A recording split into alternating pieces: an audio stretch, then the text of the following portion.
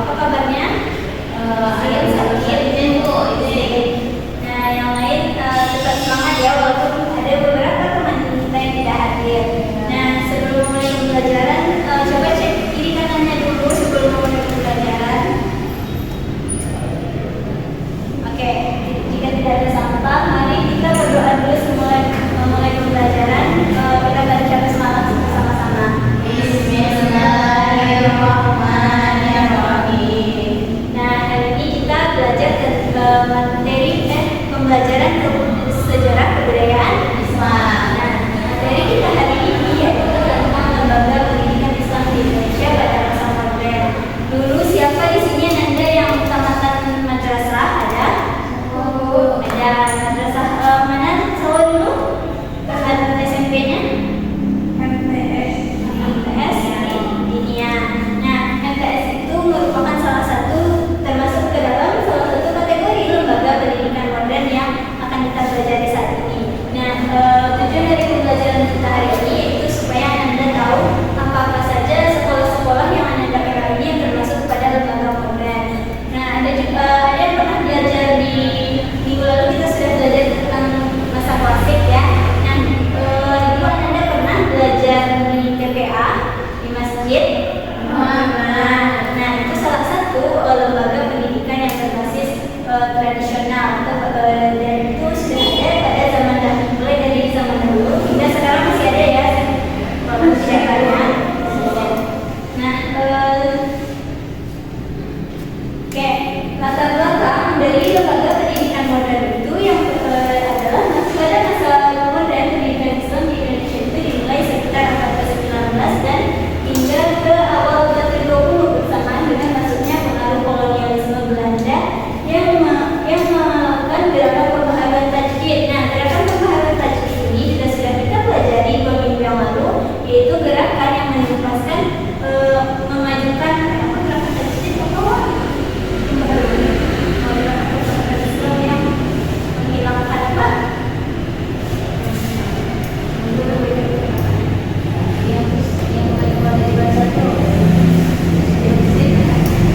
Yaitu gerakan tajdid yang merupakan gerakan untuk memajukan pendidikan Islam. Nah, gerakan tajdid ini munculnya mulai dari Timur Tengah.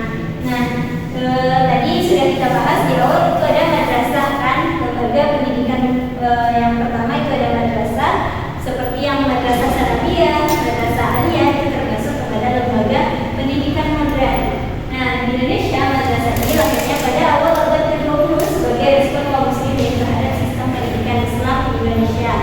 Nah, pada zaman dahulu juga ada yang dinamakan madrasah, tapi itu ada pada masa kerajaan Bani Umayyah, yaitu madrasah Nizamiyah. Nah, itu madrasah pertama yang menginspirasi Indonesia untuk membangun madrasah pada sistem pendidikan modernnya, di mana madrasah itu menggabungkan materi pembelajaran ilmu umum dengan ilmu agama.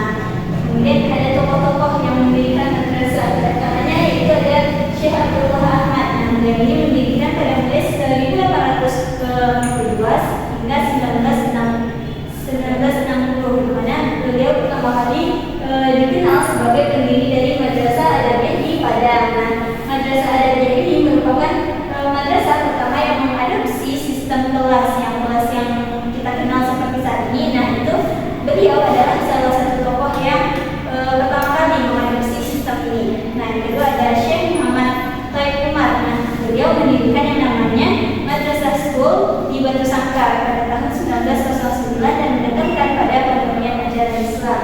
Yang ketiga ada Zainuddin Labai Al-Yunusi. Nah, dia ini adalah kakak laki-laki dari Rahmah Al-Yunusiah. Pernah dengar nama Rahmah Al-Yunusiah? Nah, Rahmah Al-Yunusiah itu akan kita bahas di akhir nanti karena beliau juga salah satu tokoh perempuan yang menghidupkan lembaga pendidikan pada masa modern. Nah, Zainuddin Labai ini dikenal sebagai sosok yang otodidak dalam mendirikan Dunia School di Perak Panjang yang merevolusikan metodologi pengajaran bahasa Arab. Jadi di sekolah beliau itu juga belajar tentang bahasa Arab seperti madrasah yang kita kenal saat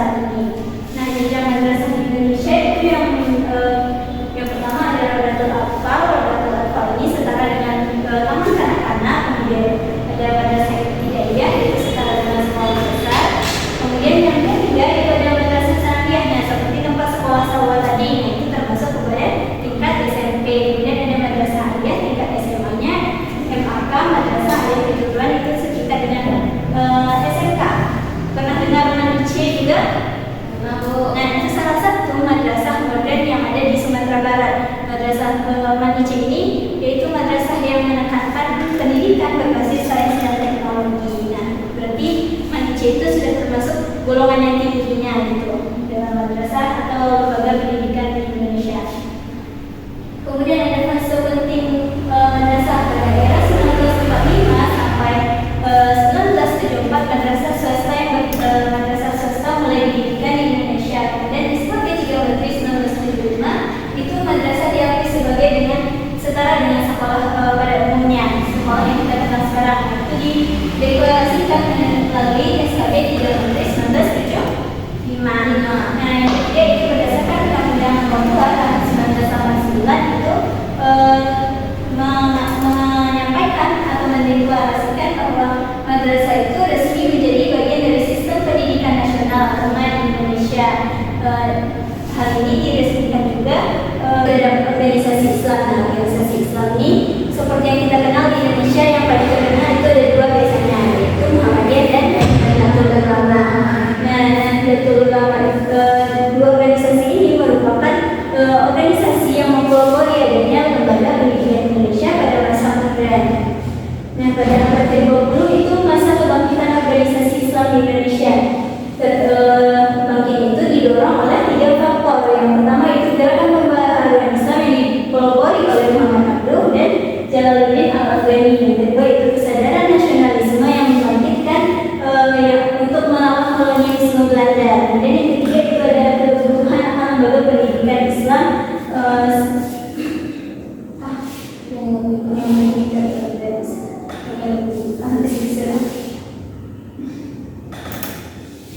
Nah, organisasi Islam ini juga mendirikan lembaga-lembaga pendidikan sebagai bentuk mereka menyokong pendidikan Islam di Indonesia. Seperti madrasah, pesantren itu juga didirikan oleh beberapa organisasi yang ada di Indonesia. Nah, yang tadi pertama itu adalah Nahdlatul Ulama. Artinya siapa? Ada yang tahu? Nah, ya, Haji Hashim Asy'ari. Nah, dia sebagai pendiri dan latar belakang didirikannya Nahdlatul Ulama ini adalah sebagai respon terhadap perkembangan pemikiran gerakan pembaharuan Islam pada abad ke-20 serta menjaga dan melestarikan tradisi keislaman khas pesantren dan ahlu sunnah wal jamaah. Yang kedua itu ada Muhammadiyah. Muhammadiyah ini didirikan oleh Kiai Haji Ahmad Dahlan. Kiai Haji Ahmad Dahlan itu mendirikan Muhammadiyah ini dengan latar belakang sebagai gerakan pembaharuan Islam atau gerakan tajdid untuk memurnikan ajaran Islam dan menumpas adanya fitnah, khurafat dan lain sebagainya sebagai bentuk untuk menjawab tantangan modern.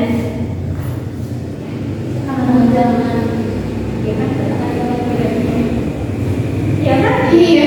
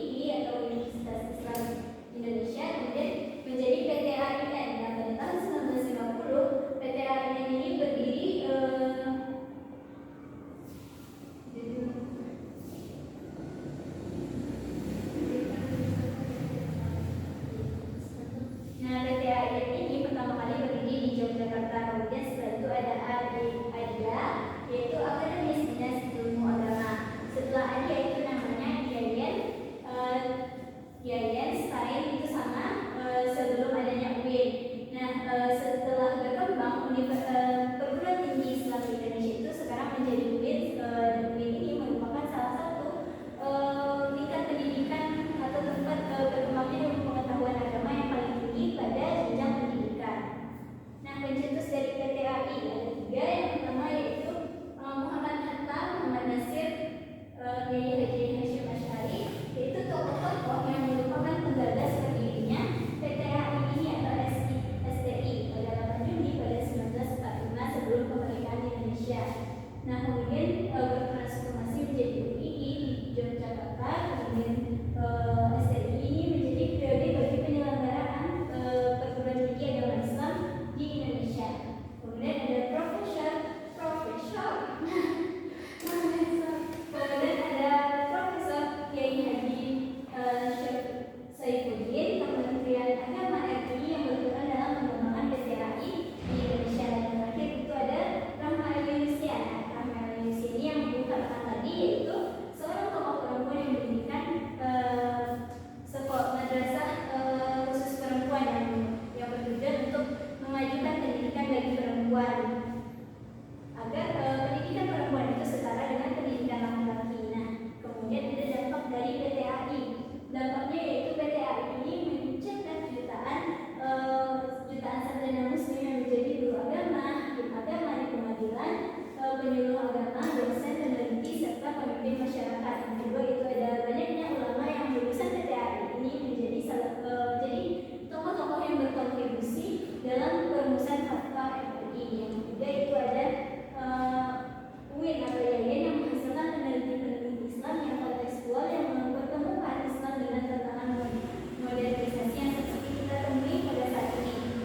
Nah, yang keempat atau yang terakhir itu jaringan alumni PTAI ini membentuk kelas menengah muslim yang terpilih dan menjadi tulang punggung masyarakat dalam pencetusan agama Islam.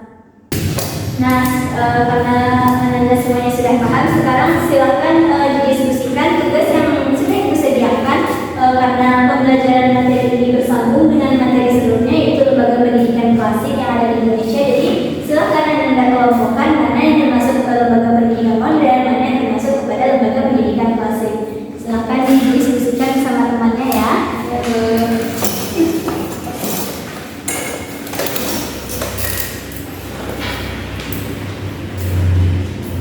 Ada yang kesulitan di kelompok Putri? Tidak, Bu. Kelompok Salwa aman semuanya? Aman, Bu. Ada yang tidak dimengerti? Enggak, Bu. Kelompok Eti ada yang tidak dimengerti? Aman, Bu. Aman ya. Nah, silakan didiskusikan lagi. Mas Edo punya 2 menit lagi ya. Ya, Bu. Oke, udah siap semuanya, Nanda? Sudah, Bu. Sudah selesai semua kelompok ya. Nah, dari jawaban Anda, saya kumpulkan jawabannya dulu. Ini, Bu. Nah, Ibu bacakan dari kelompok 1. Ibu lihat secara keseluruhan saja ya. Nah, di sini kelompok 1 mengatakan bahwa masjid itu termasuk lembaga pendidikan tradisional. Setuju semuanya? Setuju. Kemudian di sini madrasah aliyah termasuk madrasah lembaga pendidikan modern. Setuju? Setuju. Oke, kelompok 1 benar semuanya. Kita berikan aplaus dulu untuk kelompok 1. Nah, kelompok 2 mengatakan bahwa Halangkau termasuk kepada sistem pendidikan tradisional. Betul? Betul. PTAI termasuk ke pendidikan lembaga pendidikan modern. Betul? Betul. PTAI Perguruan Tinggi Agama Islam. Betul. Nah, jawaban dari kelompok 2 juga betul semuanya. Yang kelompok 3, ini kelompok 3 kenapa bikinnya madrasah itu lembaga pendidikan tradisional? Salah ya, itu diperbaiki lagi nantinya madrasah. Ibu jelaskan lagi bahwa madrasah itu terbagi menjadi 5. Ada ya. Yang pertama itu ada Rodatul Atfal, disebutkan dengan TK. Yang kedua ada madrasah ibtidaiyah, disebutkan dengan SD. Kemudian madrasah sanawiyah disebutkan dengan SMP. Kemudian ada madrasah aliyah itu disebutkan